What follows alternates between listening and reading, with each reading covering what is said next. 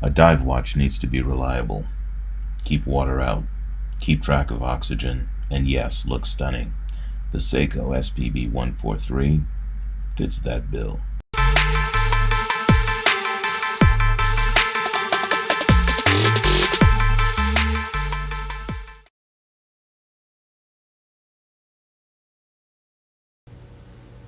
What is up, YouTube? TechConglomerate here with another watch review.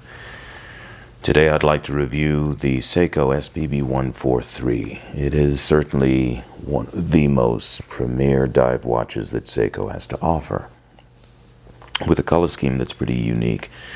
Now, the model itself is a nod to the model 621-78000, better known as the 62 Mas. In 1965, SEIKO did a release of that. There have been some limited editions that have been also released as well. This is more along the affordable lines at around $1,000 or so. Case diameter is 40.5 millimeters, and when we look at the case diameter, I'm going to take my caliper here and see if I can give you a good reading here. So the diameter of the case roughly is going to be 40.5. When you look at the depth of the case, the thickness of the case should be 13.4 roughly. Here we have a reading of about 13.8, and that in large part is because of the slightly rounded sapphire crystal on there. So the case diameter is 40.5, thickness is 13.4, lug-to-lug measurement is about 47.6 millimeters. Actually, let me just do it here. Yeah, there we are. It's 45. When we measure it from here to here, you're looking at 47.3 millimeters. Okay. So again, great looking watch.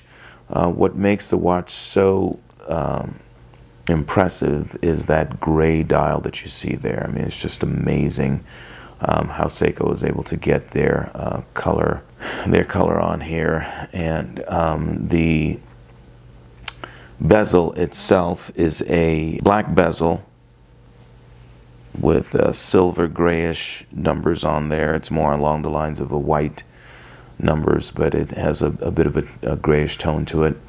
But what's great about the bezel is that it's certainly not a ceramic bezel. It is not an aluminum bezel. It's a stainless steel bezel that's been stained to be able to look that black.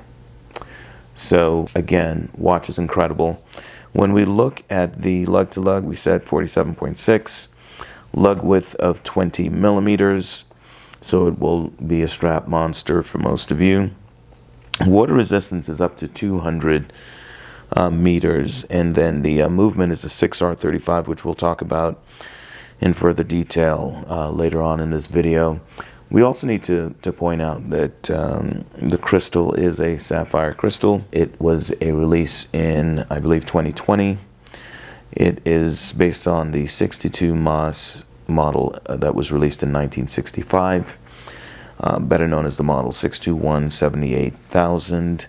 Great dimensions for the watch. So the watch itself, when you look at how it's designed, you'll see that the watch itself has some incredible features. So for example, these flanks here are brushed flanks, and you have this bevel that's polished, and then the rest of the case is also has a brushed finish longitudinally in order to match the brush finish on the bracelet. So again, just an incredible design. The case itself is absolutely stunning. You see here you have the drilled lugs as well, so that you can get things on and off of this case, on and off of this watch pretty easily.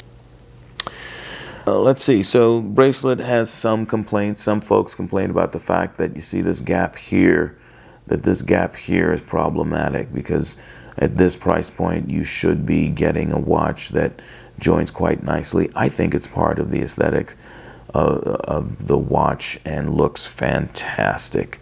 Not an issue at all for most folks, I believe. It just fits really well. Fits how well this watch looks. The links are, this is a 3-link stainless steel bracelet. You see the 3 links in there, and it's relatively easy to change the size of your bracelet by popping these links out. Let's see, it starts off at 20 millimeters and then it tapers down.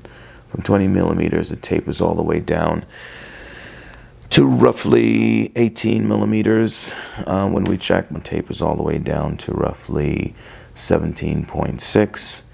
Steps up again to 19.1, and then you have the clasp here at 21.4, and then you go back down to 19.4, and then you take it up on the other side. So overall, again, the dimensions are very proportional. It's more of it's a very nice wearing watch, I have to say, that the watch does not feel like a 41 or 40.5 millimeter. It fits more like a 40 millimeter watch on a 7-inch wrist. Let's see, some of the disappointments. First of all, the crown itself is an unsigned crown, and I don't know how SEIKO does that at this price point. But you can see here that the bezel has a beautiful click to it, beautiful movement, very tight. There's no back play or anything like that. And one of the knocks with SEIKO watches is that alignment seems to be an issue. That is not the issue in this case. This is very well aligned. The watch itself is very well aligned. That's not the case with most of these watches. So kudos to SEIKO for listening. When we look at the dial itself is quite interesting. I'm going to get up close here so you all can see what I'm talking about here. So these are applied markers here. 62 Mas actually had this as one unit. Here they split it into 2. I kind of like this aesthetic a little bit better. But you have a polished steel around that, applied marker, and then there's a significant amount of lume in each of these markers. So you'll see a lume shot later on in the video. But the watch itself is actually very stunning, incredibly beautiful. The gray is a beautiful tone of gray that allows you to be able to see a sunburst kind of effect in sunlight. You also have this lume pip here at the 3 o'clock position. This is very important because part of it being a diver nowadays is that SEIKO is requiring that to have a lume pip at that 3 o'clock position, and an unframed date window there. You have these hands that are just absolutely gorgeous. The hands themselves are quite interesting because they're baton style hands, and you have this horizontal facet going along, 2 facets on either side of that horizontal line. One side is brushed and the other side is polished, so it gives it a very nice aesthetic. Of course, you have the second hand that also has that lume pip at the end, which makes it very stunning as a design characteristic for the watch.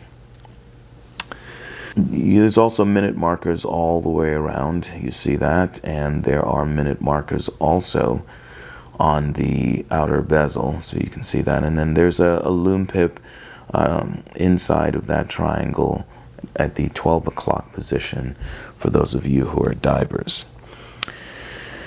So the movement itself is a 6R35 movement. Gives about 70 hours of power reserve, and it's rated at around a -15 to +25 seconds per day. This particular watch is lagging behind pretty significantly, so I need to get this calibrated in some way. I think I'm at about -15 at that limit, but it really does show up pretty quickly. You have 21,600 vibrations per hour, which is roughly 3 hertz. The movement itself is hacking and hand winding, and so overall, here's what I have to say about this watch. This watch is now my daily wear. It is an amazing tool watch, feels like a tool watch. The bracelet itself feels higher quality, more premium than the standard bracelets that we get from the other Prospects watches in this line. The bracelet itself also has more of a gray tinge, gray finish on it. It's a very interesting finish that goes well with matching this particular watch. So again, SEIKO was very thoughtful in how they went about doing that. But overall, this is a watch to buy, highly recommended. Hope you enjoyed this video. Don't forget to hit like and subscribe if you'd like to see more videos such as this one. And again, the watch itself is an amazing nod to what SEIKO did back in 1965 with the 62 mass. Once again, this is TechConglomerate with another watch review. We look forward to expanding our channel slowly but surely, and look forward to seeing you next time. Again, this is the SPB143, SEIKO SPB143 dive watch.